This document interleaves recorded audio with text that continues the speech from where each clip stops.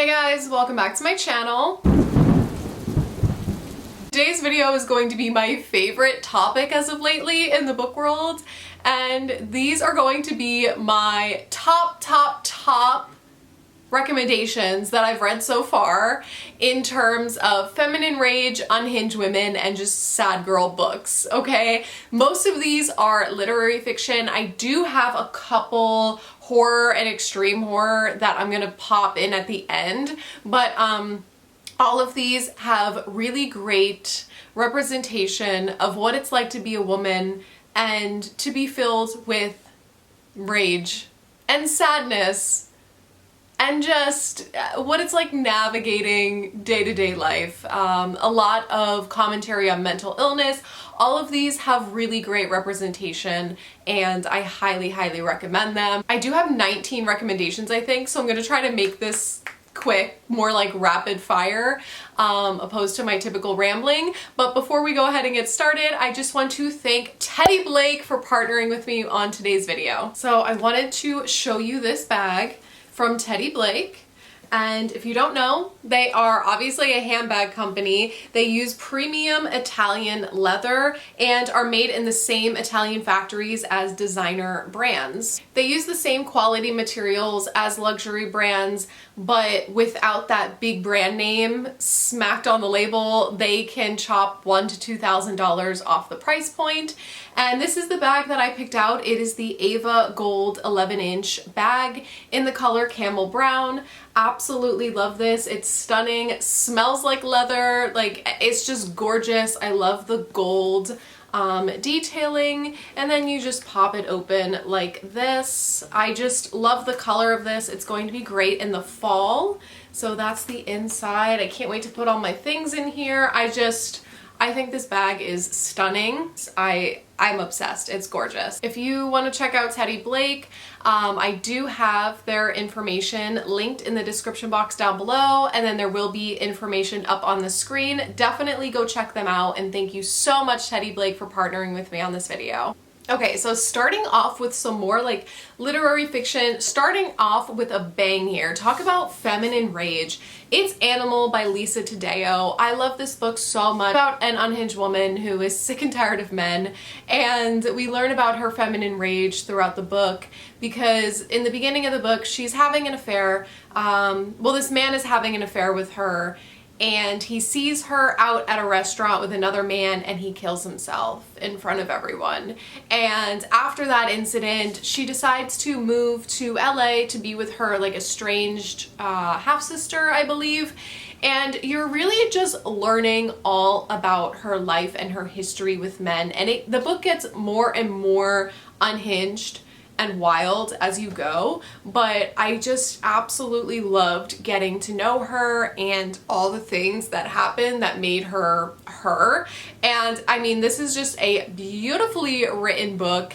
Has so much commentary on like predator versus prey in terms of gender, and this is just stunning. I can't wait to reread this. So many excellent quotes in this. Highly recommend. Then I have Adelaide by Genevieve Wheeler. This is more sad girl lit fic, I guess you could say. This one is about a woman who, in the beginning of the book, checks herself into a psychiatric facility following a toxic relationship and breakup, and you are just learning about that relationship throughout the book and how this man was gaslighting her, and has a lot of commentary about grief because he finds out I think his ex-girlfriend passed away and how that situation impacts their relationship. This was extremely relatable, like extremely relatable to me.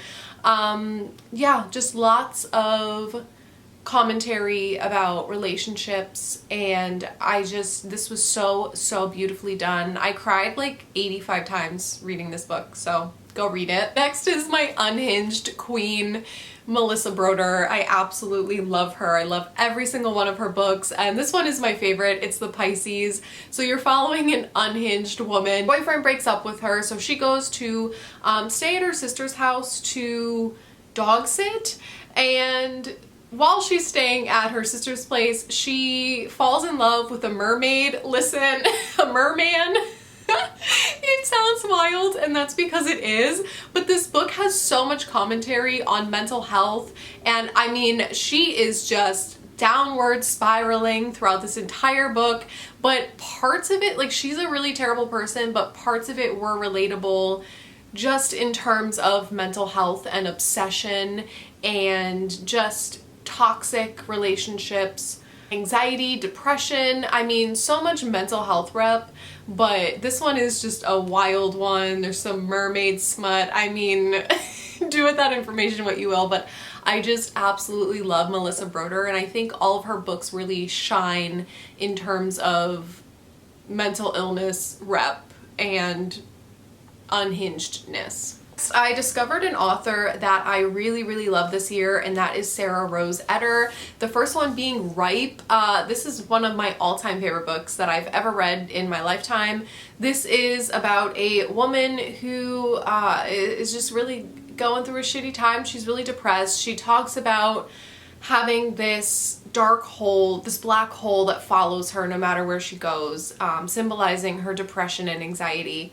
And she decides to move from Pennsylvania to LA to kind of start a new life. She gets a job offer, and she starts a job there only to find out that it is the most horrible, toxic job ever, with the most toxic boss, the most toxic coworkers. She just can't deal with day-to-day life anymore, and just how terrible things are in terms with her job and her family life, and we really get inside her head. And it has the most beautiful prose. Like, I mean, this was just written so beautifully. It's like poetic, but yet easy to understand. Has so much great representation about depression and anxiety, and I felt really seen reading this book in terms of mental illness. This is straight, just sad content, okay? And the next book is very similar. I also have the Book of X by her. This one is about a girl who she's born with a knot, like her abdomen's in a knot. And it's some kind of genetic mutation passed down from her mother, who also has this knot, and doctors don't know what to do about it, and it's very rare. And so we're following her as she grows up, you know, as a kid, going through school and being bullied and body dysmorphia, and then we follow her into adulthood, dealing with these same issues and going to doctors and being gaslit by doctors and being put through all these medical procedures where it seems like nothing is working. And also, at the same time, her father has this like meat quarry. They have to dig meat out of the walls and the floor. It's wild, it's weird, but has the most like sad, depressing commentary on just mental health, dealing with men, issues with men and relationships, body dysmorphia, medical issues. I mean, this book literally was almost like my diary. I was like, oh my gosh, I relate to this so much in my own way and dealing with my own things. Next, let's talk about Oteza Moshfegh. I have Eileen by her, which is straight up unhinged. This is about a woman who is working at this boys' prison, and she also takes care of her alcoholic father at home, and she has just like a really shitty home life, and she becomes obsessed with this new woman at her work that she finds to be, you know, perfect. And we're learning about her questionable habits and questionable things that she does, and this book gets more and more unhinged as you go. Towards the end, there is a tiny bit of like a crime aspect that happens, and she gets more involved with this Rebecca person at her work. Just straight up unhinged and a wild time. And I have My Year of Rest and Relaxation. This is sad, unhinged, and this is about a woman who decides to rest for a year. So she is depressed, and she goes to her psychiatrist and basically gets this psychiatrist to prescribe a bunch of drugs to her, and her goal is to sleep for an entire year. We learn about her dynamic with her best friend. This main character is really shitty. She's unlikable. We get to know about her depression. We get to know about her best friend's depression, and Same girl. I could also sleep for a year. I'm just saying. Next is Boy Parts by Eliza Clark. I absolutely love this book. This is Unhinged again.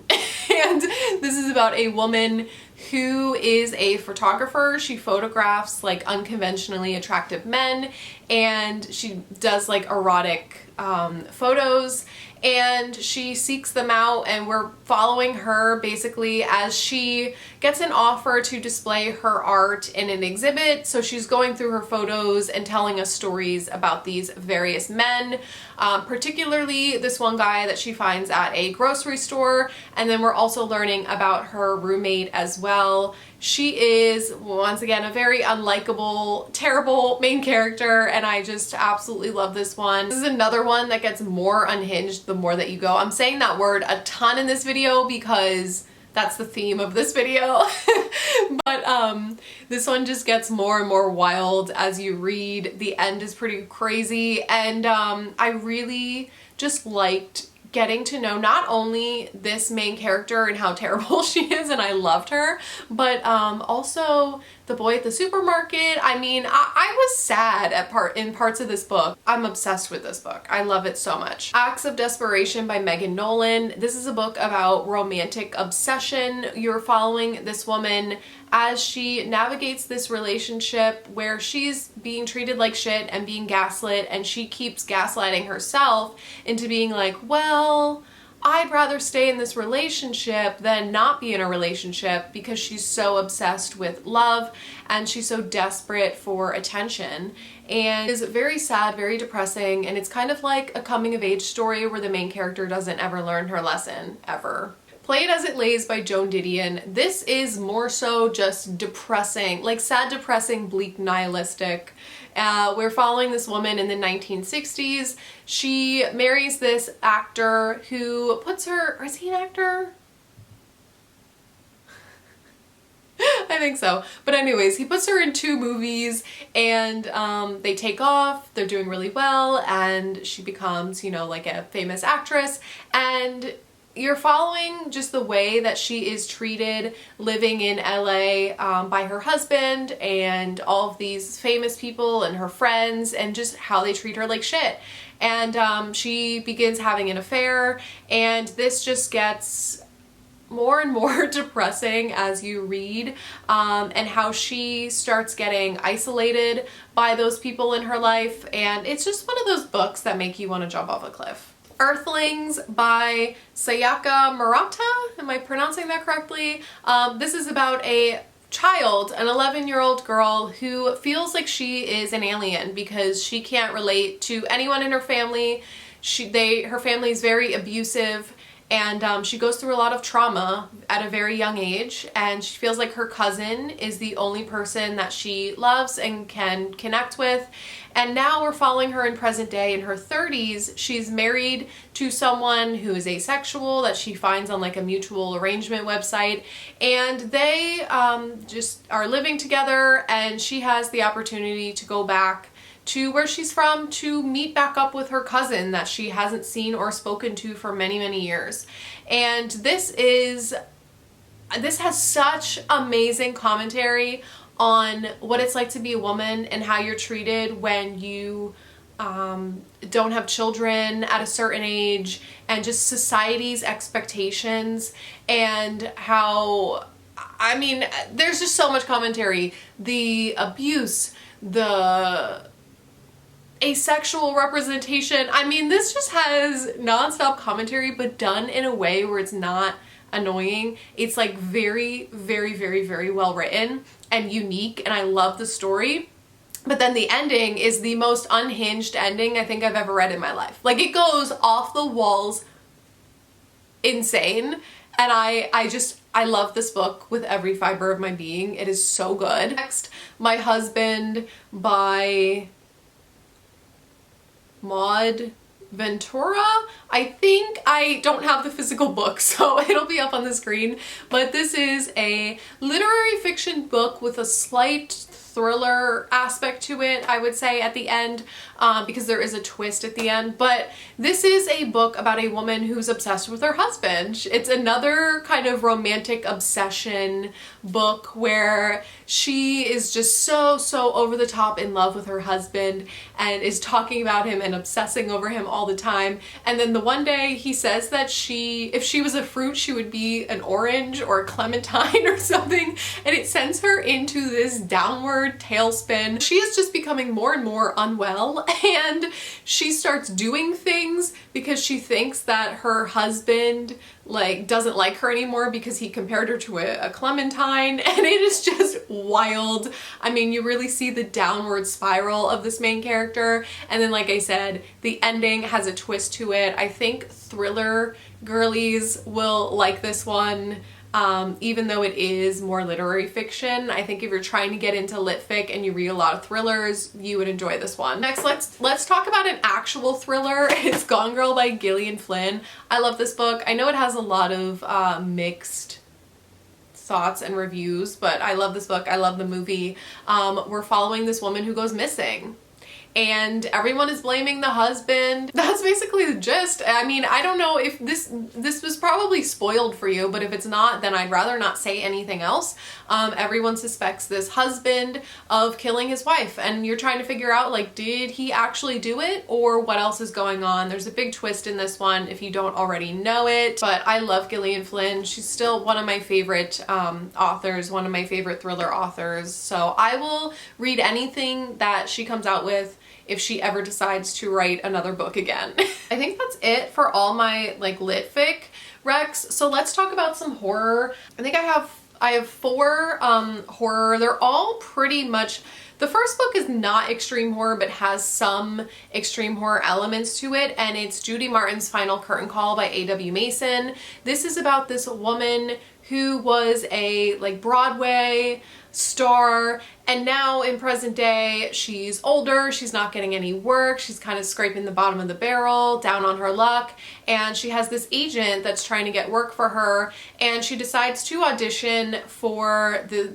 like local theater's play doing Macbeth, and the audition goes horribly and she starts descending into madness. So we are following her feminine rage and why she has had it with shitty men, and we learn about her past with her past relationships and husbands, and I really enjoyed just getting to know this main character, and then it turns into like a slasher, like I said, with some extreme horror elements and gore.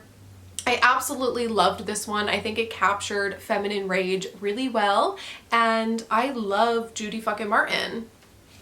Then I have some more extreme horror here. The first one being Hysteria by Ali Say. This one is, it's 2 novellas in one book, but the first novella is about a girl who has a rare, like weird side effect from her antiviral medications, and she can see halos above child predators' heads. And we find out that her sister was abducted and never found when they were younger. So now she really has it out for child predators. So that's the first novella. And then the second one is about a woman who is suffering with body dysmorphia and decides to pick up this, like, what was it? It's some kind of electric knife, and she finds it at a thrift store, and she gets this idea to start doing DIY plastic surgery on herself. It is so gory and graphic and disgusting, I almost puked, but has great commentary just about body dysmorphia and like how you feel as a woman and like trying to meet society's expectations. This was extreme horror done well. And another extreme horror done well is Full Brutal by Christopher Triana, of course. This is following Kim White, who is a teenager and sleeps with her teacher. And she's like, you know what, this guy is such a scumbag that he's sleeping with a teenage girl. I'm gonna ruin his life. So she decides to set out on a journey of sadism to ruin this man's life and to ruin other people's lives as well. It is wild, disgusting, graphic, gory, but also has something to say, and I just loved this main character and how unhinged she was. I mean, this was really my intro into unhinged women, and I love Kim White so much. It was like horrible and depraved, but also funny at the same time. Then my last extreme horror rec is Fluids by May Lates. So this woman is in a chat room, you know, just looking to fill a void. She has a lot of mental illnesses,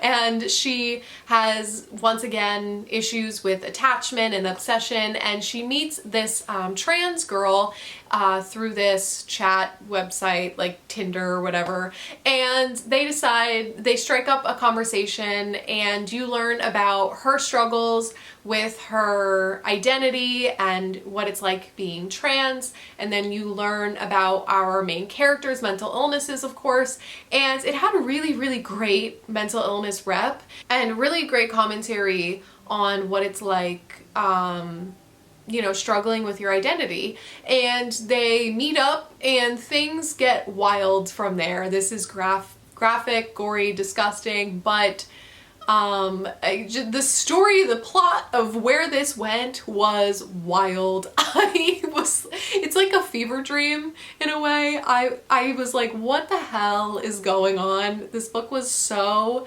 bizarre, but in a good way, like done really well. I felt like I was drunk reading this book. To end things off, I wanted to mention 2 memoirs. The first one being Down the Drain by Julia Fox. I've talked about this book 1,000 times. I love it so much. She wrote this memoir, and it is the most honest, wild memoir I've ever read in my life. She's just like, I really give 0 fucks. Like, that is her vibe, and I love it. And she just gives it to you straight. Like, this is what I did when I was a child. Like, her drug addictions, her issues with men, how she got a job being a dominatrix. I mean, this was so wild and honest and just laid everything out on the table.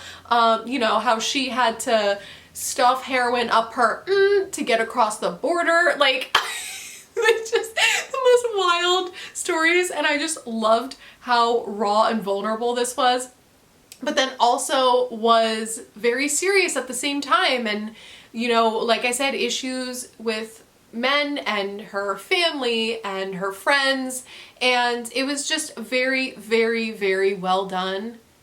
And I had to keep reading. I was like, oh my gosh, this is insane. And then my next one, I actually just finished reading last night. It is a memoir called Men Have Called Her Crazy by Anna Marie Tendler. So this is an arc that I read. So this book comes out in August. Definitely put it on your list.